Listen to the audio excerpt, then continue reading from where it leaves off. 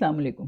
پچھلے ولاگ میں ہم نے یہ ڈسکس کیا کہ یہ جو ہمارے یہاں ایک نریٹو ہے کہ جی اسرائیل، امریکہ اور ایران جو ہے وہ اندر سے پورے ملے ہوئے ہیں درِ پردہ، تو اس حوالے سے ہم نے تھوڑے سے حقائق کا جائزہ لیا تھا اور یہ ڈسکس کیا تھا کہ تعلقات بیک چینل جو ہے وہ ہمیشہ ایران نے کھلا رکھا ہے، ابھی بھی جو ہے وہ چینل کھلا ہوا ہے ان کا، ڈپلومیسی وغیرہ کا چینل جو ہے وہ کھلا ہوا ہے، حالانکہ ڈپلومیٹک ریلیشنز نہیں ہیں ایران، اسرائیل اور امریکہ کے درمیان، اور کہیں کہیں آپس میں تعاون بھی ہوتا رہا ہے۔ اس پر میں بہت ڈیٹیل کے اندر بات کروں گی ایران، اسرائیل، امریکہ تعلقات کے اوپر انشاءاللہ تعالیٰ، کیونکہ یہ چلتے پھرتے یہ بات نہیں ہو سکتی ہے مختصراً کہ ریولوشن سے پہلے اور ریولوشن کے بعد ایران کے کیا تعلقات رہے ہیں امریکہ سے اور اسرائیل سے، اور کس کس چینل پہ رہے ہیں۔ لیکن سوال یہ پیدا ہوتا ہے کہ تعلقات صرف ایران کے رہے، تعلقات عرب دنیا کے بھی رہے، تعلقات انڈیا کے بھی رہے، اور ان سب نے بھی ان کو تقریباً خفیہ رکھنے کی کوشش کی بہت عرصے تک۔ اب ہمارے سامنے یہ باتیں آ رہی ہیں کہ جی عرب ممالک کی آپ کی نارملائزیشن جو ہے وہ چل رہی ہے فلاں کی، اور سعودیہ کی نارملائزیشن ہونے والی ہے، لیکن تعلقات ان میں بھی ہمیشہ رہے ہیں۔ اس سلسلے میں ایک بڑا انٹرسٹنگ قصہ ہے 1963 میں جو چائنا نے انڈیا پہ حملہ کیا تھا، اس حوالے سے جواہر لال نہرو کا، کہ انہوں نے خود خطوط لکھے تمام اپنے جو کنٹریز تھے ان کو کہ ہمیں ہتھیار چاہیے، ہتھیاروں کی بہت شدید ضرورت ہوتی ہے، ظاہر ہے کہ جب جنگ ہوتی ہے تو، اور یہی مجبوری صدام حسین کی بھی رہی تھی، ایران کی بھی رہی تھی، جب صدام حسین نے ایران پر حملہ کر دیا تھا کہ ان کو ہتھیار چاہیے تھے، وہ کہیں سے بھی حاصل کرنے تھے۔ تو جب انڈیا نے وہ کیا تو اسرائیل نے اس کا جواب دیا کہ ہم ہتھیار دینے پر راضی ہیں۔ تو جواہر لال نہرو نے ایک ریکویسٹ اور کی کہ جو جہاز اسلحہ لے کر آئیں، انڈیا پہنچے، ان پہ اسرائیل کا جھنڈا نہیں لٹک رہا ہو، جھنڈا نہیں لہرا رہا ہو۔ تو اس پر اسرائیل نے انکار کر دیا۔ اور یہ کیوں ہوا آخر ایسا؟ کیونکہ بظاہر تو انڈیا اور اسرائیل کا تو کوئی ایسا کلیش محسوس نہیں ہوتا، تو ایسا نہیں ہے۔ انڈیا نے بھی، ایران نے بھی اس کے خلاف ووٹ دیا تھا فلسطین کی تقسیم کے، جس وقت تقسیم کی بات ہوئی ہے۔ انڈیا ہمیشہ پاکستان کی طرح اسرائیل کے خلاف اور فلسطین کے حق میں ہی ووٹ دیتا رہا ہے اقوام متحدہ میں ابھی تک، اور اسی طرح سے انڈیا نے ہمیشہ فلسطین کی، اندرا گاندھی تو یاسر عرفات کو بھائی کہتی تھیں، اور ہمیشہ انڈیا نے خیال رکھا ہے اس بات کا کہ جو تعلقات ہیں بھی وہ درِ پردہ ہی رہیں، وہ سامنے نہیں آئیں۔ اب جا کر نریندر مودی وغیرہ کے زمانے میں جا کر جو ہے وہ چیزیں سامنے آ گئی ہیں، اور اس کا ایک بہت بڑا سبب یہ بھی تھا کہ عربوں کو ناراض کرنا نہیں چاہتا تھا انڈیا، کیونکہ عربوں کی اس کو ضرورت تھی کشمیر کے معاملے میں، اقوام متحدہ میں عربوں کی سپورٹ کی ضرورت ہوتی تھی۔ اس کے علاوہ نان الائن موومنٹ جو تھی، جو جمال عبد الناصر اور آپ کے جو عراق کے اندر جو حکومتیں تھیں، جو عرب دنیا کے ڈکٹیٹرز تھے، تو وہ ان کے ساتھ بھی انڈیا کے بہت زیادہ ان کا بلاک بنا ہوا تھا نان الائن موومنٹ کا۔ خیر یہ بہت ڈیٹیل کی باتیں ہیں، لیکن یہ سب چلتا رہا ہے، اور یہ مجبوریاں جو ہیں وہ آپ کے رہتی ہیں۔ اب ابھی یہ سوال پیدا ہوتا ہے کہ ابھی اس وقت سوال پیدا ہو رہا ہے کہ ایران کو آخر حاصل کیا ہوا اس حملے سے؟ اگر یہ فرینڈلی میچ نہیں تھا تو ایران نے آخر کیا حاصل کیا اس سے کہ جو اسرائیل کا کوئی جانی نقصان نہیں ہوا، ان کا کوئی ایکوپمنٹ وغیرہ کا بھی نقصان نہیں ہوا؟ تو ایک بہت بڑی بات تو یہ ہے کہ میں آپ کو بتاؤں کہ جو جس وقت یہ حملہ ہوا اور کوئی جانی نقصان نہیں ہوا، اور یہ بات دنیا نے محسوس کی کہ بہرحال ایران بھی جو ہے وہ اسکلیشن نہیں چاہتا، تو دنیا نے سکون کا ایک سانس لیا ہے، کیونکہ یہ ہر ایک کے لیے بڑی خطرناک بات تھی اسکلیشن۔ امریکہ بھی اسکلیشن نہیں چاہتا تھا، ایران خود بھی نہیں چاہتا تھا، لیکن ایران نے یہ واضح کر دیا تھا کہ اگر یہ جو قونصلیٹ پر حملہ ہوا ہے یہ ہماری سرزمین پر حملہ ہے اور ہم اس کا جواب دیں گے۔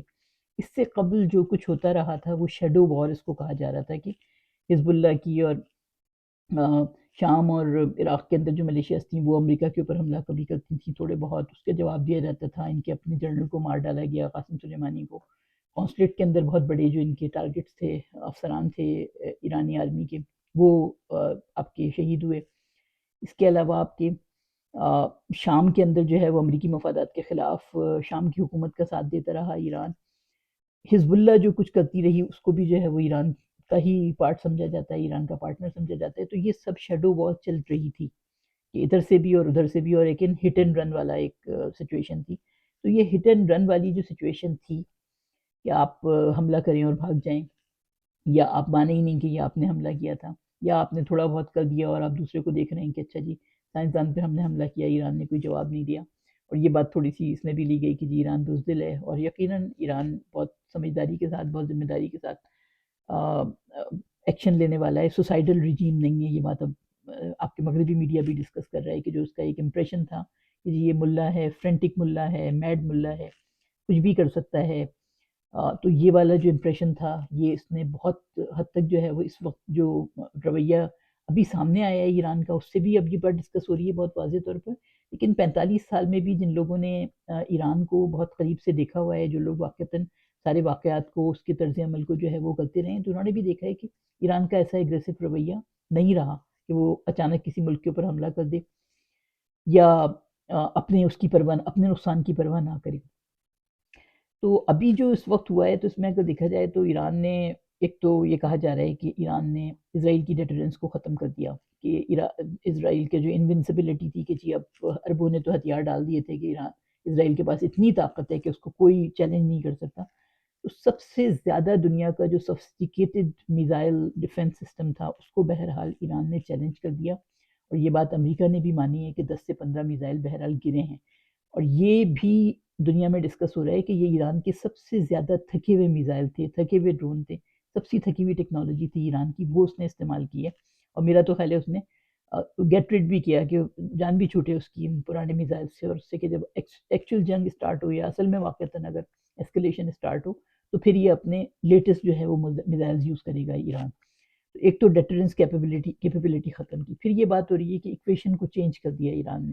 اس سے پہلے اسرائیل کے اور امریکہ کے جو بھی ایکشنز ہوتے تھے، جیسے جنرل کو مار دیا، نیوکلیئر سائنٹسٹ کو مار دیا، اندر گھس کے بھی ہوا، بہت دفعہ ایسا بھی ہوا کہ ایران کے اپنے اندر بھی آپریشن ہوئے، تو ان چیلنج رہتے تھے وہ. اس سے پہلے جواب نہیں دیا تھا ایران نے، یا پھر اگر وہ جواب دیتا تھا تو وہ دوسری طرح سے جواب دیتا تھا جو پبلکلی نہیں آتا تھا. لیکن پہلی مرتبہ ایسا ہوا ہے کہ بہرحال ایران نے اقوام متحدہ کو، امریکہ کو، اسرائیل کو، عرب ممالک کو پوری طرح سے بتا کر حملہ کیا ہے کہ ہم حملہ کرنے جا رہے ہیں، اور جو اپنا دفاع کر سکتا ہے وہ کر لے.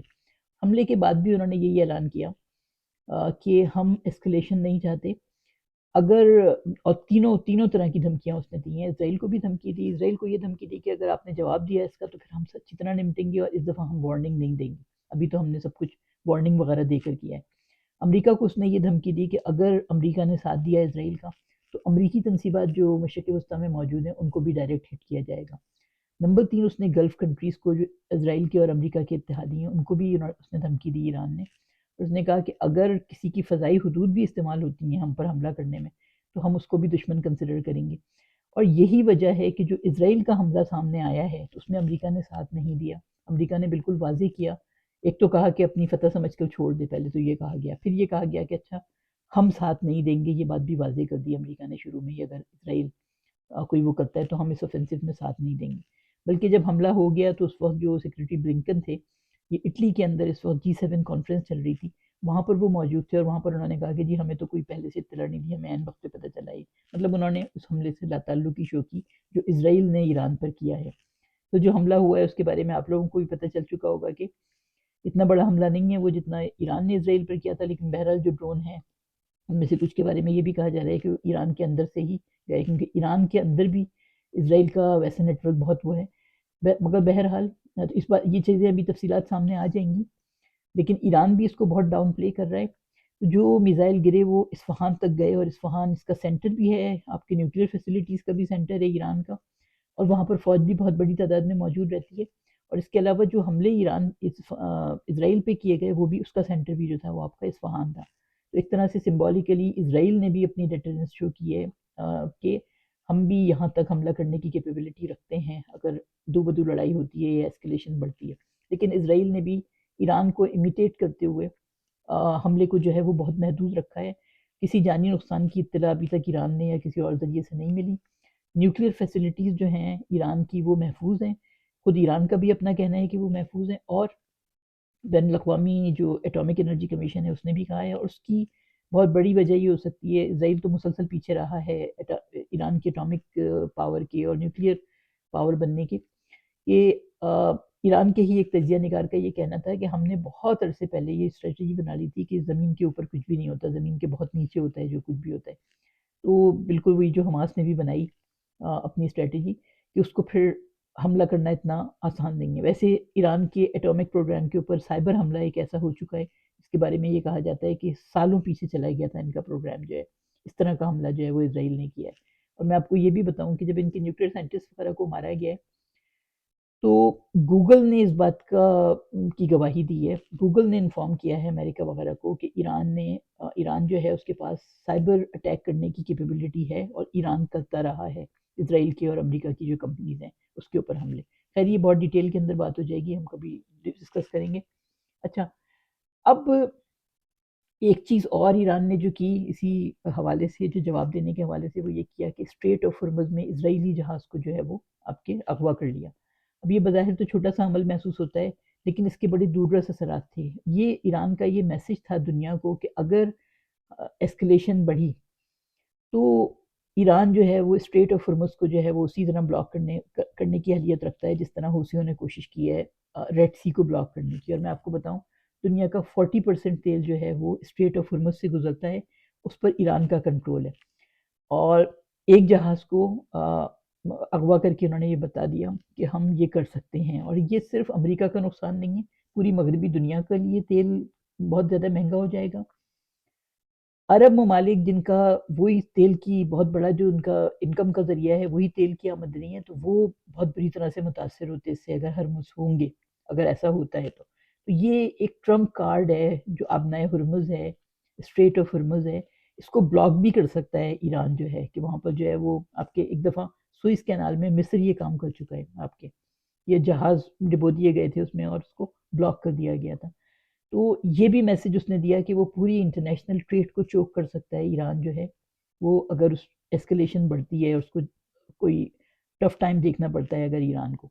اچھا، امریکہ نے اس کو روکنے کی اسی لیے بہت زیادہ کوشش کی. امریکہ نے چین سے رابطہ کیا، باتیں انٹرنیشنل میڈیا میں، اور چین سے کہا کہ چین اپنا لیوریج استعمال کرے اور ایران کو روکے حملہ کرنے سے، جب ایران نے حملہ کیا ہے تو چین کے بارے میں آپ کو بتا دوں، چین سب سے بڑا ٹریڈنگ پارٹنر ہے ایران کا. اور چونکہ ایران کے اوپر ہر طرف سے سینکشن لگی ہوئی ہیں، اس لیے واحد چین ہے جو ایران سے پبلکلی جو ہے وہ تیل خریدتا ہے.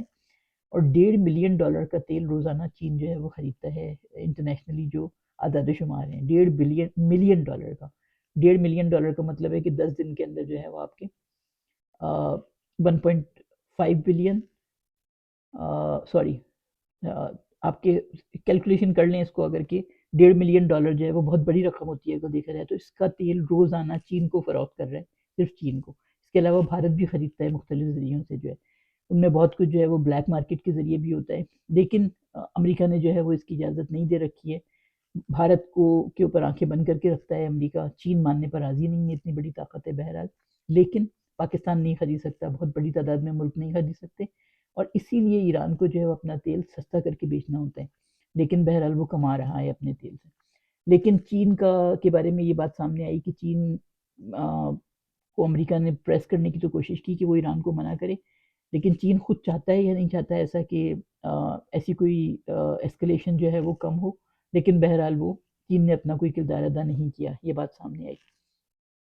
تو یہ آپ کے وہ تھا، دنیا کو بہرحال حیران کیا ہے ایران نے. اسرائیل نے جو حملہ کیا وہ بھی تقریباً ایسا ہی ہے کہ وہ ایسکلیشن نہیں چاہتا.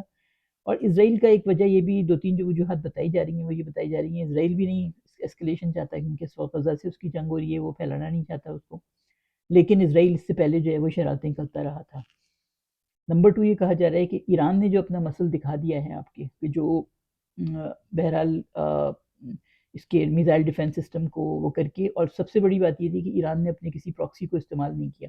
ہمیشہ کہا یہ جاتا تھا کہ ایران جو ہے وہ جو کچھ کرواتا ہے وہ اپنے پراکسیز سے کرواتا ہے، خود نہیں کرتا، خود سامنے نہیں آتا، بزدل ہے. ایران نے اس دفعہ کسی پراکسی کو استعمال نہیں کیا. اس کی ایک وجہ، لیکن حوثیوں نے ایک حملہ کیا ہے ایلات کے اوپر، 1-2 میزائل انہوں نے پھینکنے کی کوشش کیا، لیکن حزب اللہ کو استعمال نہیں کیا. اور حزب اللہ سب سے بڑا ٹرمپ کارڈ ہے، اس کو انشورنس بھی کہا جاتا ہے ایران کا، کہ سب سے بڑا جس چیز سے ایران نے اپنے آپ کو محفوظ رکھا ہوا ہے امریکی حملے سے یا نیٹو کے حملے سے، وہ حزب اللہ ہے. کہ حزب اللہ کے پاس کیپیبلٹی ہے بہرحال کہ وہ اسرائیل کے اوپر اٹیک کر سکتا ہے. اب جہاں تک اس بات کا سوال ہے کہ فلسطینیوں کے لیے تو بہرحال یہ چیز سامنے نہیں آئی ہے، تو یہ صحیح ہے. فلسطینیوں کے لیے جو ہے وہ حزب اللہ بھی پوری طرح سے جو ہے وہ میدان میں نہیں آئی، اور ایران نے بھی اپنی پوری کیپیبلٹی جو ہے وہ استعمال نہیں کی ہے. جو کچھ وہ کر رہا ہے وہ اپنے نیشنل انٹرسٹ میں کر رہا ہے، اس میں کوئی شبہ نہیں ہے اس وقت بھی جب دیکھا جائے تو. اور یہ بھی ڈسکس ہو رہا ہے کہ بہرحال ایران جو ہے وہ سوسائڈل ریجیم نہیں ہے جیسا ہم نے کہا. 9 میزائلوں کے بارے میں یہ کہا جا رہا ہے کہ انہوں نے ہٹ کیا ہے اسرائیل کی بیس کو۔ اچھا، اب ایک اور بات جو سامنے آئی ہے وہ یہ کہ بہرحال ایران نے جو کچھ بھی کیا ہے وہ انٹرنیشنل لاء کے تحت کیا ہے۔ اس نے واضح کیا کہ ہم آرٹیکل 51 جو ہے UN چارٹر کا، اس کے تحت ہم اپنے دفاع کا حق رکھتے ہیں۔ ہماری قونصلیٹ پہ حملہ ہوا ہے اور قونصلیٹ پہ حملہ سرزمین پر حملے کے برابر ہوتا ہے، ٹھیک ہے۔ اچھا، اور یہ بات تو آتی رہی ہے، بار بار انٹرنیشنل میڈیا میں یہ ڈسکس ہو رہا ہے کہ بہرحال ایران جو ہے یہ تو 200-300 میزائل تھے، اگر ایک ساتھ 1000 میزائل پھینکے جائیں یا 2000 میزائل پھینکے جائیں، اچھا تو اسرائیل کا ڈیفنس سسٹم جو ہے وہ اس طرح کام نہیں کر سکے گا۔ پھر ایک اور بات یہ سامنے آئی ہے کہ جان بوجھ کے کسی بھی سویلین کو نشانہ نہیں بنایا گیا، یہ بھی انٹرنیشنل لاء کے مطابق ہے۔ کسی سٹی کے اوپر حملہ نہیں کیا گیا، صرف فوجی اس پر ہی حملے کیے گئے ہیں۔ اور ابھی ایک میں تجزیہ نگار کو دیکھ رہی تھی، اس نے کہا کہ یہ ابھی کی بات نہیں ہے کہ ایران جو ہے انٹرنیشنل لاء کے مطابق آپ سویلینز پہ حملہ نہیں کر سکتے۔ اسرائیل مسلسل اس کی وائلیشنز کرتا رہا ہے ان انٹرنیشنل لاز کی، اور جب اس نے کانفلکٹ پر جس دن حملہ کیا ہے اس دن تو اس نے ورلڈ کچن کے جو رضاکار تھے ان کے اوپر بھی حملہ کیا، اور اس سے قبل جو ایڈ کاروان وغیرہ کے اوپر حملے ہوتے رہے تھے وہ بھی ہوئے، اور جو ایڈ دینے والی تنظیمیں تھیں ان کے اوپر بھی ہوئے، صحافیوں کے اوپر بھی ہوتے رہے تھے۔ تو اسرائیل مسلسل انٹرنیشنل لاء کی وائلیشنز کرتا رہا ہے، لیکن ایران نے یہ بھی ثابت کر دیا کہ وہ انٹرنیشنل لاء کی وائلیشنز جو ہیں انٹرنیشنل لاء کی حدود میں رہ کر رہا ہے جو کچھ بھی کر رہا ہے۔ تو یہ ساری چیزیں آپ کی کہ وارننگ بھی دے دی، اسٹریٹ آف ہرمز کے حوالے سے بھی دھمکی دے دی اس نے کہ ہم پوری دنیا کی اس کو بلاک کر سکتے ہیں اگر اسکلیشن ہوتی ہے۔ امریکہ کو بھی دھمکی دے دی کہ آپ کی جو اسیٹس ہیں، امریکہ کے جو اسیٹس مشرق وسطیٰ میں موجود ہیں، ہم ان کو براہ راست حملہ کر سکتے ہیں۔ اس میں ایئر کرافٹ کیریئرز بھی ہیں، ان کی فوجیں بھی موجود ہیں، اسلحہ بھی موجود ہے امریکہ کا۔ اسٹریٹ آف ہرمز سے پوری دنیا کی ٹریڈ چوک ہوگی، وہ پوری دنیا پر بھی ایک پریشر ہے کہ وہ بھی روکیں گے ایران پہ اگر کوئی حملہ ہونے جائے گا تو۔ انٹرنیشنل لاء کے اندر ہیں، میڈ ملا والا جو تصور تھا اس کو بہت بری طرح سے جو ہے وہ مسخ کیا ہے، جو ایران کے خلاف 45 سال سے بہرحال پروپیگنڈا ہوتا رہا تھا۔ اور دنیا کو یہ پیغام دیا ہے کہ ہم پرامن ہیں لیکن جواب دینے کی اہلیت بھی رکھتے ہیں۔ اب اسرائیل نے جو حملہ کیا ہے اس حوالے سے میں سمجھتی ہوں کہ مزید تفصیلات ابھی آئیں گی، ابھی تفصیلات جو ہیں وہ اتنی سامنے نہیں ہیں، لیکن جیسے جیسے آتی ہیں انشاءاللہ تعالی ہم اس کے اوپر بھی ضرور تجزیہ رکھیں گے۔ ایک بات میں آپ لوگوں سے ضرور پوچھنا چاہوں گی کہ آپ لوگ چاہیں گے کہ ہم کوئی بہت ڈیٹیلڈ پروگرام یا سیریز جو ہے وہ اسرائیل ایران تعلقات کے حوالے سے ہم سامنے لے کر آئیں کہ اسرائیل کے ایران سے ریولوشن سے پہلے اور ریولوشن کے بعد کیا تعلقات رہے ہیں، بیک چینلز پہ ان میں کیا کمیونیکیشن ہوتی رہی ہے، امریکہ کے ساتھ کہاں کہاں ایران نے تعاون کیا ہے۔ اگر آپ لوگ چاہتے ہیں کہ یہ سلسلہ ہم جاری رکھیں اور ہم اس طرح کا کوئی سیریز کریں تو ضرور آپ لوگ اپنے تبصرے ضرور دیں ہمیں نیچے کمنٹس میں۔ تھینک یو ویری مچ، جزاک اللہ، السلام علیکم۔